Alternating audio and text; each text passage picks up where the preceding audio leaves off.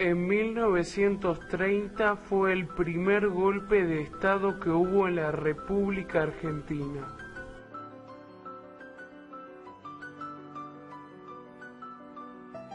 Fue liderado por el general José Félix Uriburu, que derrocó al presidente Hipólito Yrigoyen, elegido democráticamente. El 10 de septiembre, Uriburu fue reconocido como presidente provisional de la nación por la Corte Suprema, dando lugar a la doctrina de los gobiernos de facto que sería utilizada luego para legitimizar a los demás golpes militares.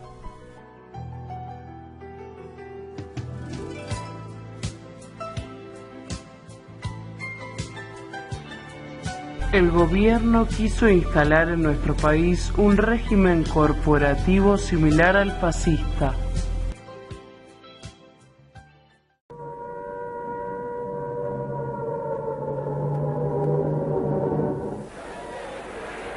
En los turbios días entre las dos guerras mundiales, el movimiento fascista atrae a muchos enardecidos por la oratoria de Mussolini.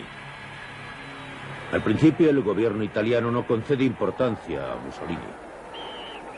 Pero el fascismo gana adeptos.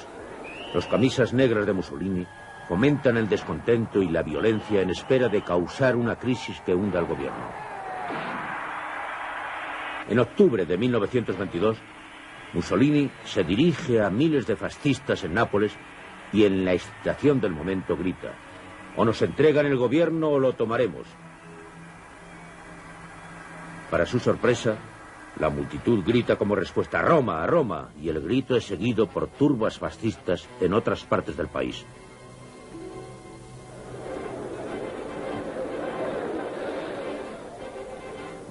Esta simple amenaza hunde el débil e indeciso gobierno de Italia. Una de las medidas que tomó el gobierno de Uriburu fue establecer una estructura estatal represiva, creando una sección especial de la policía para utilizar la tortura contra sectores opositores. Este gobierno también fue el primero en utilizar la electricidad con otro fin, uno cruel. La picana fue utilizada sobre dientes, mucosas, pezones y genitales por sus represores.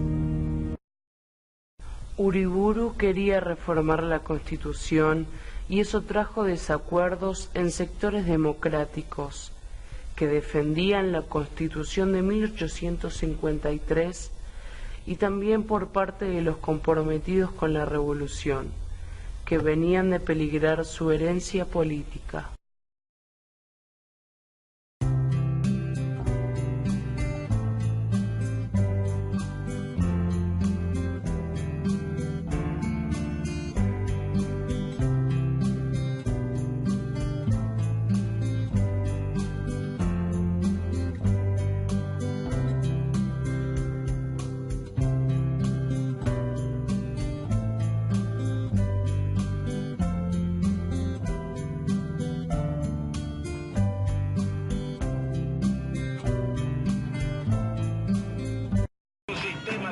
Espaciales, mediante el cual desde una plataforma que quizás se instale en la provincia de Córdoba, esas naves espaciales van a salir de la atmósfera, se van a remontar a la estratosfera y desde ahí elegir el lugar a donde quieran ir.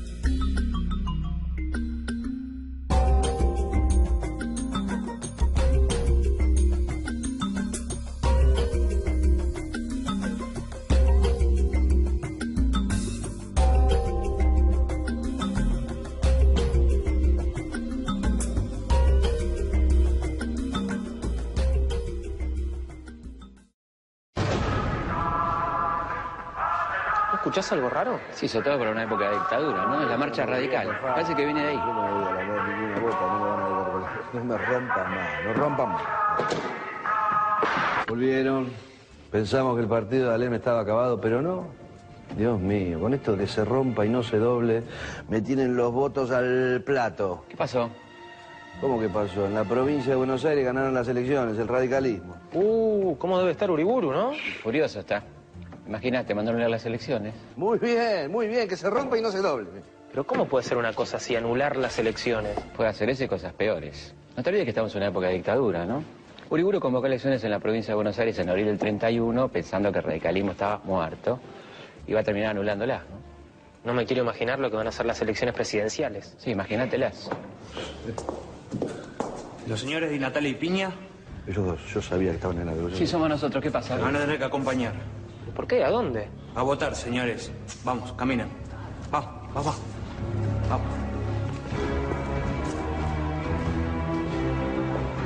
Se lo llevaron. Esperemos que los doblen, pero que no los rompan. Acá te traje dos más. Y bueno, votar nunca está de más, ¿no? ¿Qué candidatos hay?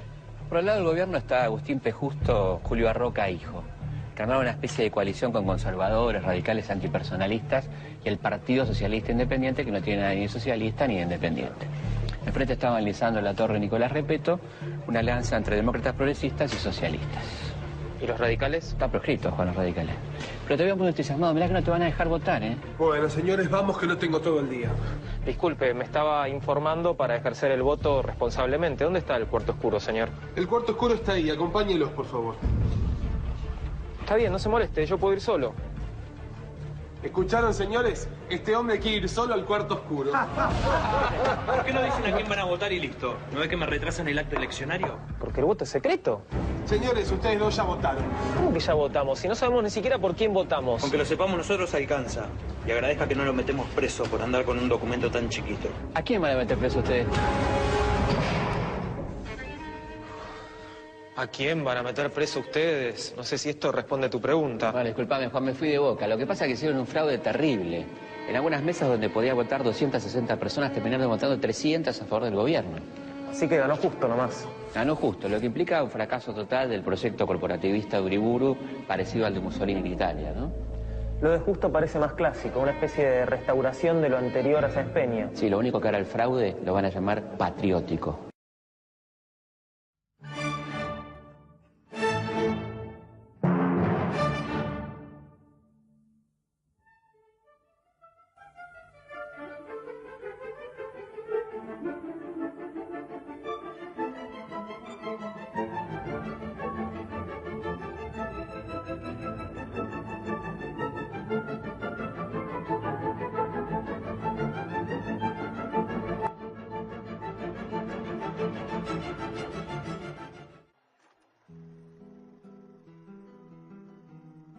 Hacia 1933, cuando empieza a notarse que la crisis iniciada en 1929 no es una más y que su profundidad alcanza niveles desconocidos hasta ese momento, el gobierno de Agustín P. Justo decide cambiar el rumbo de su política económica, nombrando a Federico Pinedo como ministro de Hacienda. Pinedo y Raúl Prebisch, funcionarios del mismo ministerio, llevan adelante una serie de medidas. Implementan el control del valor de las monedas extranjeras. Regulan las importaciones, alentando algunas y desalentando otras. Y crean los mecanismos para controlar la cantidad de dinero que circula, para poder fijar, de esta manera, las tasas de interés bancarias. En 1935 se crea el Banco Central, que será dirigido por Raúl Prebisch. Se funda también un organismo estatal para liquidar las deudas de los bancos más golpeados por la crisis. Y se crean las juntas reguladoras de carne, de granos, de algodón y de vino, para asegurar con fondos del Estado un precio mínimo a los productores. Se busca también reforzar los lazos con Gran Bretaña, ya que el gobierno argentino teme por el futuro de las exportaciones de materias primas.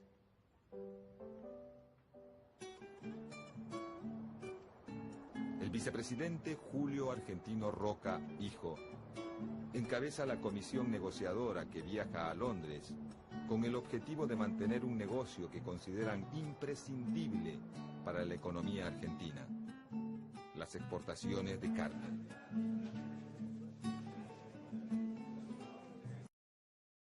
Durante 1936, la Compañía Hispano-Argentina de Electricidad, CHADE, debía renegociar la concesión del servicio que brindaba en la ciudad de Buenos Aires. Las habituales quejas de los vecinos ponían en tela de juicio su continuidad, pero la decisión quedaría en manos de la legislatura porteña. Allí, la presión de la CHADE se hizo sentir. Los lobistas de la empresa se agolpaban en los pasillos. Los legisladores oficialistas fueron aleccionados por Federico Pinedo, el ministro de Hacienda, quien había sido además asesor de la empresa. Para convencer a la mayoría radical, los representantes de la CHADE se reunieron en Europa con Marcelo T. de Alvear, quien les diría a sus legisladores que dejarse llevar por la indignación de la gente es demagogia.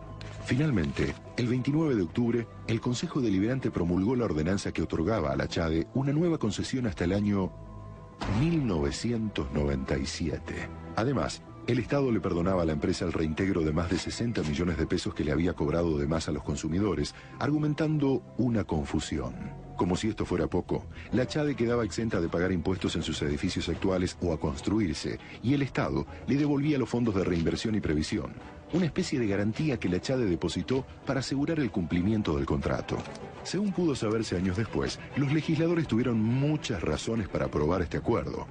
Para ser precisos, unas 100.000 razones cada uno. Qué parecida a los 90, que fue la década infame, ¿no? Sí, imagínate que los pliegos para la concesión de la Compañía de Electricidad, la CHADE, fueron redactados en la oficina de la empresa. Y se dice que muchos discursos de los legisladores que aprobaron esos pliegos fueron redactados también en la oficina de la compañía, ¿no? Y me imagino que los legisladores no habrán recibido solamente ayuda para redactar esos discursos. No, hubo una cantidad impresionante de negociados en la década infame, que involucraban desde las Fuerzas Armadas hasta los niños cantores de la Lotería Nacional. Realmente esos negociados le hicieron un enorme daño a la economía de la sociedad argentina. Eran tan escandalosos los negociados que, como escribía Roberto Alt, uno de los mejores empleos a los que uno podía acceder en esa época era el de diputado. Escuchá esto: aspiro a ser diputado, porque aspiro a robar en grande y a acomodarme mejor. Cierto es que quiero robar, pero ¿quién no? Mis camaradas también quieren robar, es cierto, pero no saben. Venderán al país por una bicoca y eso es injusto.